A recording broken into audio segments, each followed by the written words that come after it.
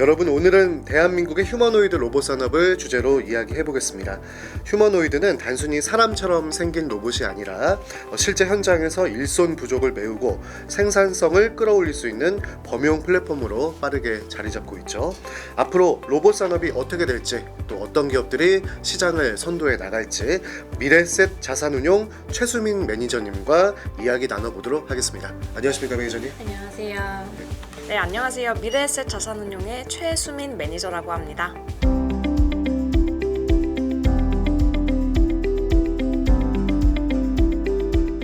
2026년 새로운 한 해가 시작이 됐습니다. 많은 개인 투자자분들이 올해는 남다른 의미가 있을 것 같다고 많이들 얘기하시는데요. 관세로 무장한 트럼프 2기의 미국 우선주의를 시작으로 우크라이나 전쟁 같은 그런 지정학적 리스크도 계속 이어졌었고요. 연준의 금리 인하가 또 시작이 되면서 자산 시장에 기대감이 생기는 한편 오히려 변동성이 커지면서 또 시장이 굉장히 좀 복잡해지는 그런 모습이기도 합니다. 국장을 들여다보면 설마 했던 그런 또 코스피의 질주가 이어지면서 한국 시장에 대한 재평가가 또 지속되는 모습이었고요. 2026년을 맞이하는 관점에서 우리 매니저님 생각하시는 2026년 투자 시장에서의 화두는 무엇이고 또 집중해야 될 투자처는 어떤 것들이 있는지 말씀 좀 해주십시오. 말씀 주신 것처럼 2025년 작년 한 해 동안 정말 시장에서 많은 일들이 일어났어요. 그래서 많은 이슈들이 빠르게 스쳐 지나갔지만 특히 저는 작년 한 해 동안 가장 주목을 받았고 아직 현재 진행형인 투자 토픽이 바로 AI라고 생각을 합니다.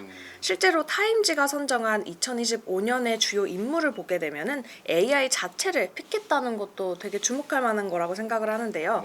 이 화면을 보시면 젠슨 황, 일론 머스크, 샘 올트만 등의 AI 빅테크 수장들이 뉴욕의 초고층 빌딩에 앉아있는 모습입니다. 이 사진은 1930년대 미국의 대공황이라는 경기 침체 상황 속에서도 도시 확장을 멈추지 않았던 당시 미국의 분위기를 담은 마천루이 점심 식사라는 사진을 차용해서 AI로 빅테크 수장들의 얼굴을 이제 합친 그런 사진인데요. 이 대공황 속에서도 고층 빌딩을 계속 높여 올렸던 것처럼 저는 올해 AI가 보여줬던 이 기술과 주가 역시도 계속 레벨업을 해왔다고 생각을 합니다. 맞습니다. 그리고 이건 2025년, 즉 작년에 그냥 끝나는 이벤트가 아니라서 2026년을 바라보는 개인 투자자분들의 입장에서도 계속 유효한 이 AI라는 메가 트렌드에 유효하기 때문에 계속 관심을 가져볼 필요성이 있다고 생각을 합니다.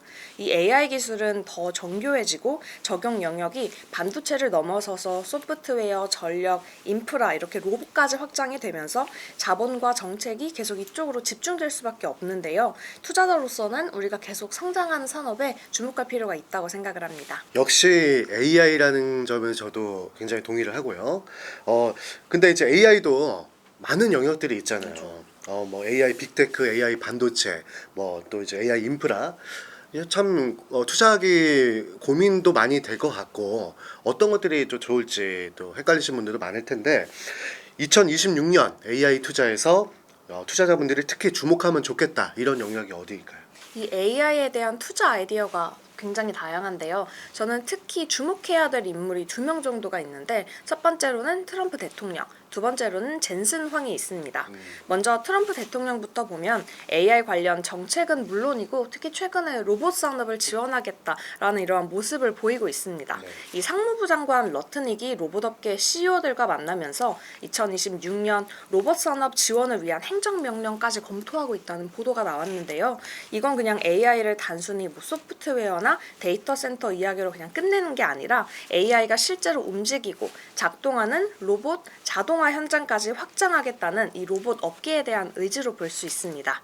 그리고 젠슨 황은 또 다른 신호를 주고 있습니다. 이 피지컬 AI를 키우는 데 있어서 대한민국을 아주 중요한 파트너로 꼭 집어서 언급을 하고 한국의 기술력과 인프라가 AI와 로봇 생태계에 아주 큰 주목을 받고 있다라는 점을 강조를 했는데요. 한쪽에서는 미국 정책이 로봇 산업 전체를 지원을 하고 있고 이 젠슨 황은 대한민국을 꼭 집어서 AI에 주목할 만한 파트너로 선정을 한 건데요. 결국 앞으로의 AI 투자는 AI가 실제로 일을 하고 산업을 바꾸고 현장을 누가 주도하느냐의 싸움으로 가고 있고 그 흐름에서는 피지컬 AI와 로봇 산업 그리고 한국의 역할이 매우 중요하다는 점을 말씀드리고 싶습니다.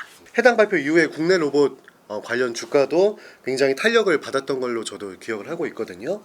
테슬라, 옵티머스, 또 중국 유니트리 같은 그런 기업들도 휴머노이드 로봇들을 참 잘 만들고 있는데 참 신기하면서도 아직은 투자하기에는 좀 이른 거 아닌가 좀 우려들도 있는 것 같아요. 이 부분 어떻게 보시나요? 사실 로봇 산업에 대해서 가장 큰 우려는 상용화에 대한 문제일 것 같은데요. 하지만 돌이켜 생각해보면 우리가 뭐 처음에 챗 GPT가 나왔을 때도 이걸 진짜 사용할 수 있을까? 이걸 사용한 게 의미가 있을까라는 이야기도 좀 많았던 것 같은데 이제는 뭐 저뿐만 아니라 제 주변 많은 분들이 업무 그리고 일상에서도 챗 GPT를 아주 활용을 하고 있는 모습을 볼 수 있습니다.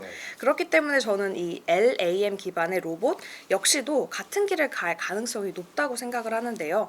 아직은 LAM이라는 단어 자체가 조금은 좀 생소할 수는 있지만 결국 이 AI가 말하는 단계를 넘어서 보고, 듣고, 말하고, 판단하고 직접 움직이는 단계로 진화하는 과정이기 때문에 오히려 지금이 저는 눈여겨봐야 할 시점이라고 생각을 합니다. 다만 이 산업이 아직은 초기이다 보니까 용어부터 좀 헷갈리는 게 사실이라서 용어부터 좀 짚고 가면 좋을 것 같습니다. 먼저 이 피지컬 AI는 AI가 소프트웨어를 넘어서서 현실 세계에서 물리적으로 작동하는 이 개념 자체를 뜻합니다. 그 다음에 로봇은 이 피지컬 AI를 실제로 구현할 수 있는 하드웨어 플랫폼이고 저희가 공장 자동화 로봇이나 물류 로봇처럼 꼭 사람 형태일 필요는 없습니다. 그리고 휴머노이드 로봇 중에서는 사람의 형태와 동작을 가장 닮은, 가장 진화된 버전이라고 볼 수 있고요. 이 피지컬 AI라는 큰 흐름 안에 로봇이 있고 그 로봇의 한 갈래가 휴머노이드 로봇이라고 생각을 하시면 됩니다. 이런 구분을 이해하고 나면은 이 로봇 생태계에 대한 인식도 좀 바뀌시지 않을까 싶습니다.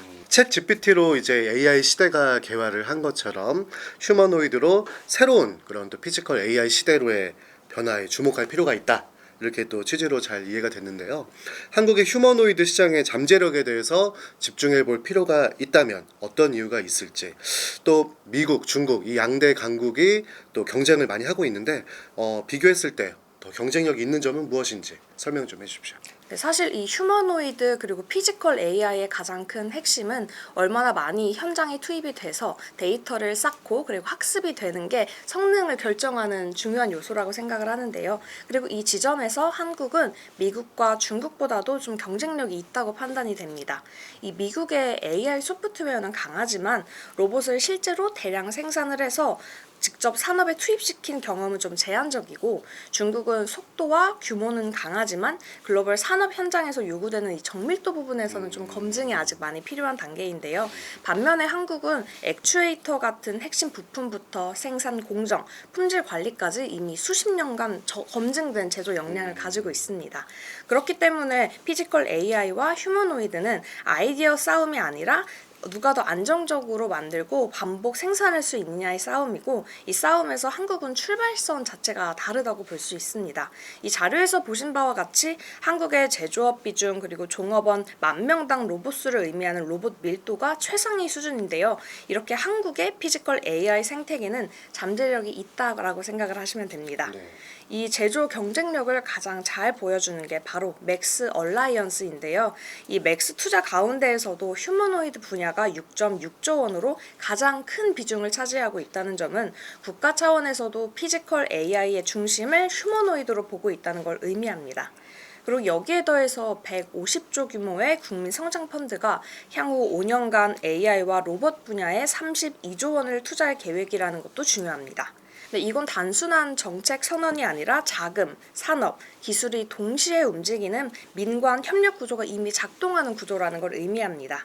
특히 한국의 강점은 액추에이터 같은 로봇 핵심 부품부터 생산, 소프트웨어까지 풀스택 내재화가 가능하다는 점입니다.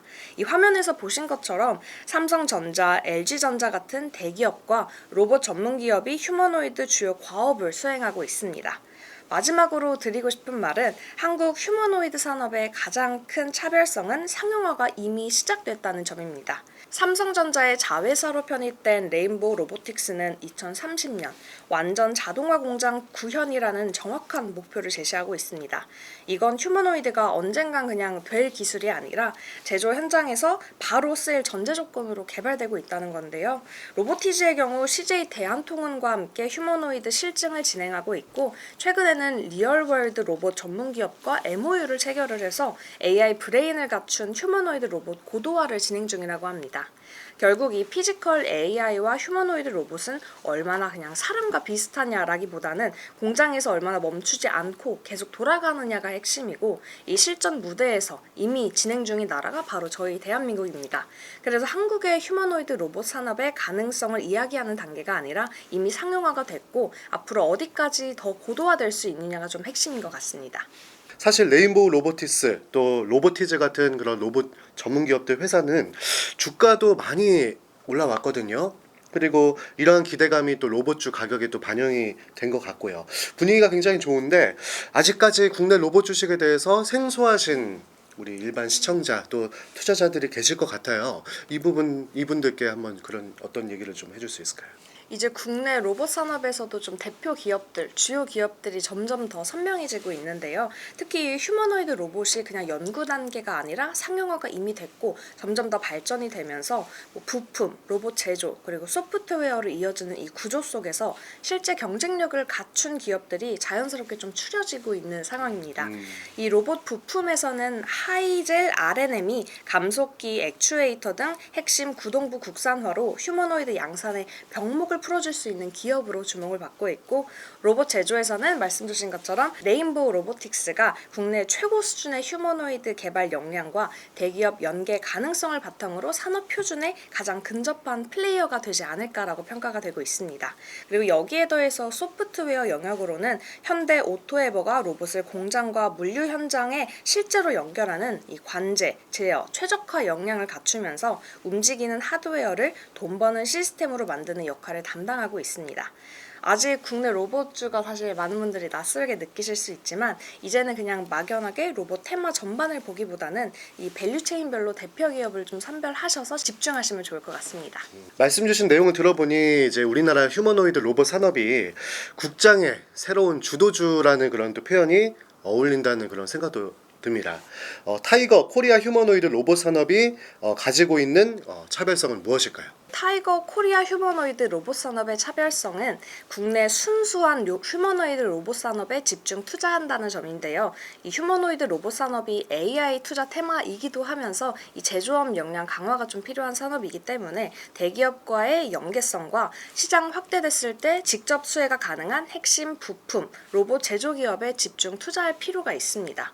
그렇기 때문에 이 ETF는 로봇 관련 소프트웨어 비중을 최대 6%로 좀 제한을 해서 테마의 순도를 높였고요. 로봇 밸류체인 산업의 성장 방향을 최대한 충실히 반영하도록 설계가 되었습니다.